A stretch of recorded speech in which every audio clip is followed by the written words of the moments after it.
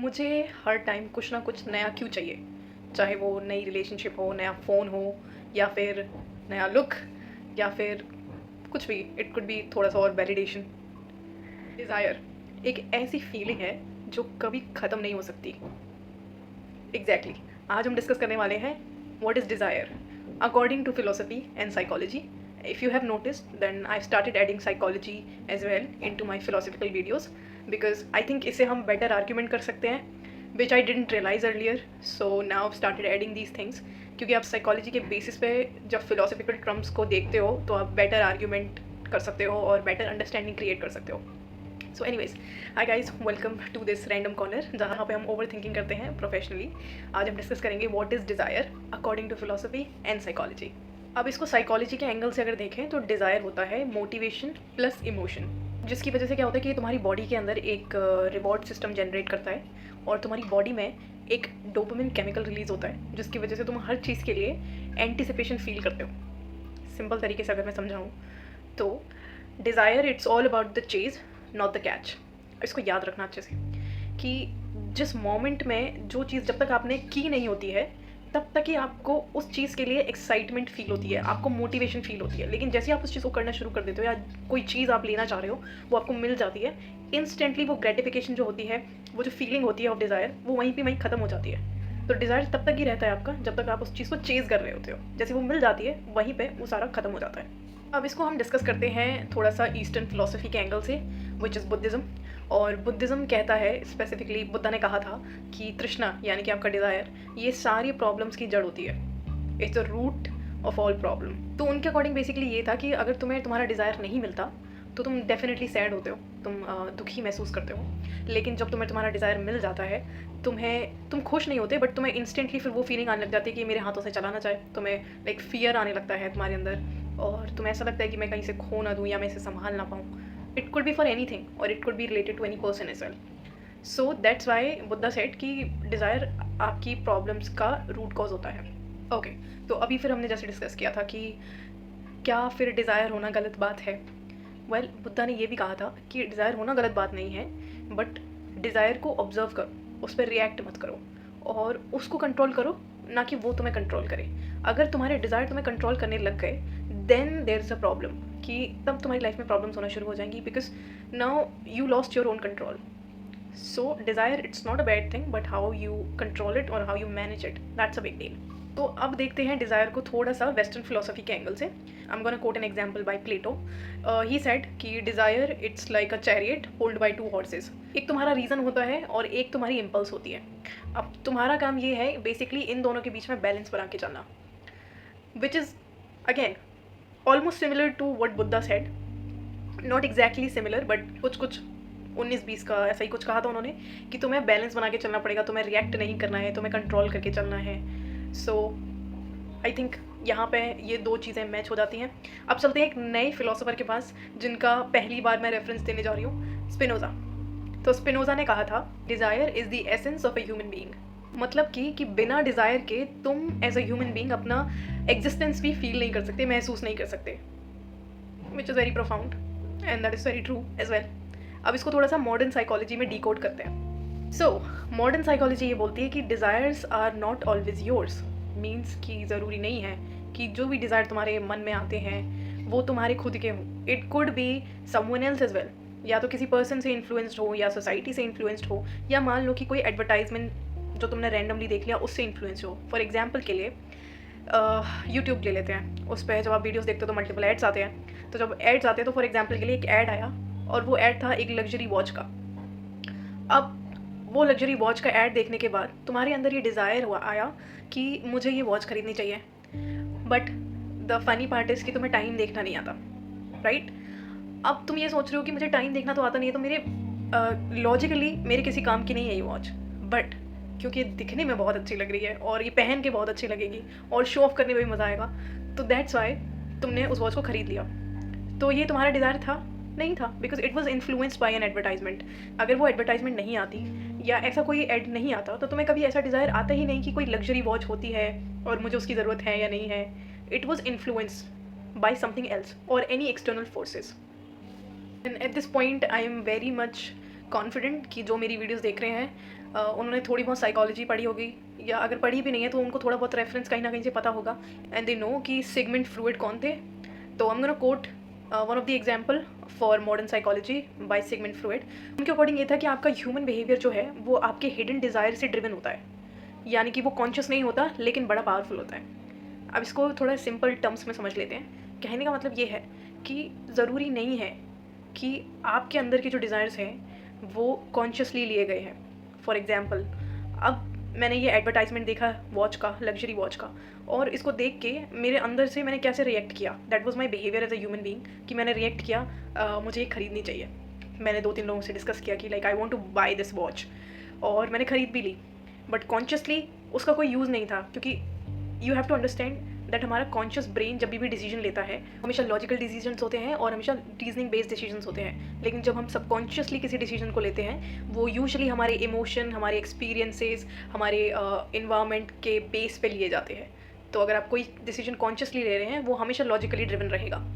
तो इस केस में क्या हुआ कि मैंने कॉन्शियसली डिसीजन नहीं लिया, बट मैंने सबकॉन्शियसली लिया कि I was influenced by the external forces कि वो लग्जरी वॉच मुझे बहुत ज़्यादा अच्छी लग रही थी. हालांकि मुझे टाइम देखना आता नहीं है 2 पैसे का, बट मैंने वो फिर भी वॉच खरीद ली. इट वॉज इन्फ्लुएंस्ड, और मैंने बिहेव किया उस वे से. जब मैं जैसे ही मेरे अंदर वो डिज़ायर आया मैंने बिहेव करना शुरू किया एज अ ह्यूमन बीइंग कि मैं गई स्टोर पे लाइक खरीदने के लिए. I gave my money to that shopkeeper और मैंने उससे वॉच खरीदी. That was my behaviour toward that desire. और ये कॉन्शियस नहीं था बिकॉज मुझे देखने में बड़ा अच्छा लग रहा था. वॉच मेरे किसी काम की नहीं थी, बट मैंने फिर भी खरीद ली. सो ये होता है आपका हिडन डिज़ायर, और जिसकी वजह से कई बार हमारे जो ह्यूमन बिहेवियर है हमारा इन्फ्लुएंस होता है. ये बहुत ज़्यादा इंपॉर्टेंट चीज़ है. अभी तक हमने ये समझ लिया कि डिज़ायर होता क्या है according to philosophy and according to psychology. अब सबसे बड़ा क्वेश्चन आता है कि इससे डील कैसे किया जाए, डिज़ायर से डील कैसे करें. तो इसके लिए 3 स्टेप्स हैं या 3 ऑप्शंस हैं बेसिकली. यू कैन ट्राई और you can analyse on that. सबसे पहले अवेयरनेस. अवेयरनेस आपके अंदर होनी चाहिए, लाइक आपके अंदर वो कॉन्शियसनेस होनी चाहिए. मैं वॉच का एग्जांपल ले रही हूँ बिकॉज मैंने वही एग्जांपल दिया था स्टार्टिंग में. For example, I am as a consumer, मैंने वो वॉच का, लग्जरी वॉच का ऐड देखा. अब मेरे अंदर अगर अवेयरनेस नहीं है तो मैं उन चीज़ों को देख के इन्फ्लुएंस होंगी और मैं सीधे वॉच खरीदने चली जाऊँगी, इवन दो आई नो कि मुझे टाइम देखना ही नहीं आता. बट अगर मैं अवेयर होकर डिसीजन लूँगी, कॉन्शियस होकर डिसीजन लूँगी, तो इट वुड बी लाइक कि वेट, मुझे टाइम देखना नहीं आता तो ये घड़ी मेरे किस काम की है. ये सिर्फ मैं इसलिए खरीद रही हूँ क्योंकि दिखने में अच्छी लगती है, या ये मेरे किसी काम में भी आने वाली है. बिकॉज अगर मुझे टाइम देखना ही नहीं आता तो ये यूज़फुल ही नहीं है, ये पड़ी रहेगी. बिकॉज एक पॉइंट ऐसा हिट करेगा मेरे को कि जब मैं उस रिस्ट वॉच को पहनना बंद कर दूँगी, बिकॉज मैं एक पॉइंट पर बोर हो जाऊँगी कि हाँ ठीक है, it was a luxury watch, मैंने खरीद ली स्टार्टिंग में बड़े शौक से, बट अब कोई यूज़ नहीं है और टेक्निकली उसका कोई, लॉजिकली उसका कोई यूज़ आ भी नहीं रहा है बिकॉज मुझे टाइम देखना ही नहीं आता. तो सबसे पहले अवेयरनेस कि जब भी कोई डिज़ायर आपके पास जनरेट होता है आपके माइंड में बेसिकली या आता है, तो आपको कॉन्शियस होके सोचना है कि इज़ इट वर्थ इट. दूसरा स्टेप है डिले ग्रेटिफिकेशन. ग्रेटिफिकेशन क्या होता है? Gratification is basically the feeling जो आपको इंस्टेंट प्लेजर देती है. तो डिले ग्रेटिफिकेशन का मतलब होगा कि हमें वो सारी चीज़ें अवॉइड करनी है जिससे हमें इंस्टेंट प्लेजर मिलता है, या जिससे हमें सिर्फ तब तक ही प्लेजर मिलता है जब तक वो चेज़ है, नॉट द कैच. रिमेंबर हमने स्टार्टिंग में डिस्कस किया था, desire is all about the Chase not the catch. तो अगर आप अपनी ग्रेटिफिकेशन को डिले करते हो, विच इज़ कि जो इंस्टेंट प्लेजर फील होता है ना, फॉर एग्जांपल के लिए अगेन वो लग्जरी वॉच मैंने खरीद ली, हालांकि मुझे टाइम देखना नहीं आता था, बट मैंने वो वॉच खरीद ली. एंड उसके बाद वो तब तक ही मुझे अच्छा लगा जब तक मैंने खरीद ली. अब उसके बाद वो किसी काम की नहीं है वॉच, बिकॉज मुझे टाइम देखना ही नहीं आता, राइट. तो वो प्लेजर जो था वो तब तक ही था जब तक वो मैंने खरीदी नहीं थी या जब तक मेरे हाथ में नहीं आई. उसके बाद आई रियलाइज़ कि ये तो मेरे किसी काम की नहीं है, it's just for a show. So delay the gratification. Second, तीसरा option, channel it. Channel it का मतलब ये है कि जब भी आपके अंदर ऐसा डिज़ायर आए कि again for example luxury watch, तो मैं ये एग्जांपल इसलिए दे रही हूँ बिकॉज ताकि आप रिलेट कर पाओ, और क्योंकि सबसे पहला एग्जांपल मैंने वही दिया था. तो फॉर एग्जांपल मैं एज अ पर्सन, मुझे टाइम देखना नहीं आता. अब मैंने वो एडवर्टाइजमेंट देखा, उस एडवर्टाइजमेंट के थ्रू मेरे अंदर डिज़ायर आया कि मुझे वो लग्जरी वॉच खरीदनी चाहिए. हालांकि मुझे टाइम देखना नहीं आता, बट मुझे अच्छा लगा क्योंकि वो दिखने में बहुत अच्छी थी. मुझे फील हुआ कि लाइक मैं इसको पहन के ऐसी लगूंगी, और या फिर मैं इसको दिखाऊंगी, शो ऑफ करूंगी, यू नो, मटेरियलिस्टिकली मैं शो ऑफ करूंगी कि like look, I am able to afford the luxury watch. These are shallow thing by the way. But ठीक है।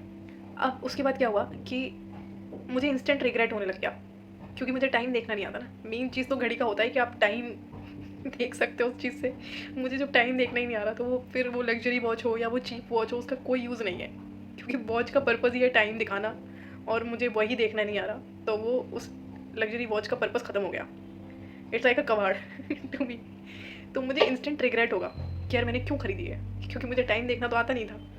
अब मुझे चाहिए थी कि मैं थोड़ा बहुत शो ऑफ कर दूँ, बट अब क्या करूँ, 4 दिन शो ऑफ चल गया मेरा। चलो मैक्स टू मैक्स मेरा 1 हफ्ते तक शो ऑफ चल गया। 1 हफ्ते के बाद it's a waste of my money and my time. तो चैनल करना बहुत ज़रूरी है, आप ताकि आप कॉन्शियस डिसीजन ले पाओ कि जो डिज़ायर मेरे अंदर आया मैं उसका कोई मीनिंगफुल पर्पज़ निकाल पाऊँ। फॉर एग्जाम्पल कि वो जो वॉच थी उसको इंस्टेंटली ख़रीदने की बजाय मैंने सोचा कि ये मेरे किसी काम की है या नहीं है।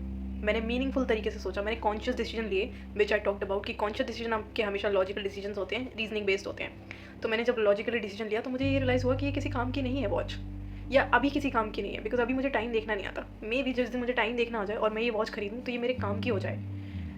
तो इस तरीके से क्या हुआ कि मैंने इसको चैनल किया एंड वही कि वहीं अपना जो डिज़ायर था उसको कंट्रोल कर लिया। कंक्लूजन में ये कि डिज़ायर बुरी चीज़ नहीं है, बट आप उसको किस तरीके से यूटिलाइज़ कर रहे हो वो आपके ऊपर डिपेंड करता है।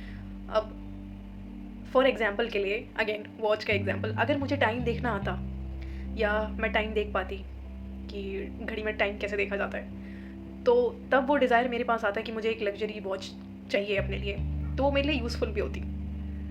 बट जहाँ पे मुझे टाइम देखना ही नहीं आता, देन मैंने फिर भी वो वॉच खरीद ली। अब वो मेरे किसी यूज़ की नहीं है, क्योंकि इवेंचुअली ना हमारा जो ह्यूमन नेचर होता है इट इज़ अबाउट कि मेरे किस काम का है।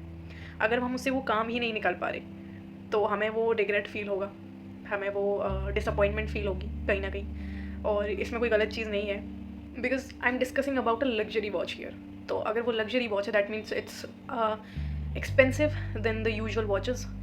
तो अगर मैं उसको ख़रीद रही हूँ तो I have to invest more money than the usual money I will put into an expense to buy a normal watch.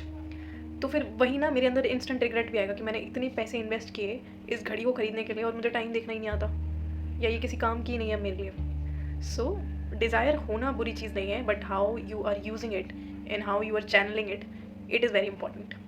So I hope ये वीडियो आपको इंटरेस्टिंग लगा हो। हमेशा की तरह वीडियो के एंड में question, and that question is life का सबसे बड़ा डिज़ायर क्या है, और उस डिज़ायर ने तुम्हें बनाया है या बिगाड़ा है।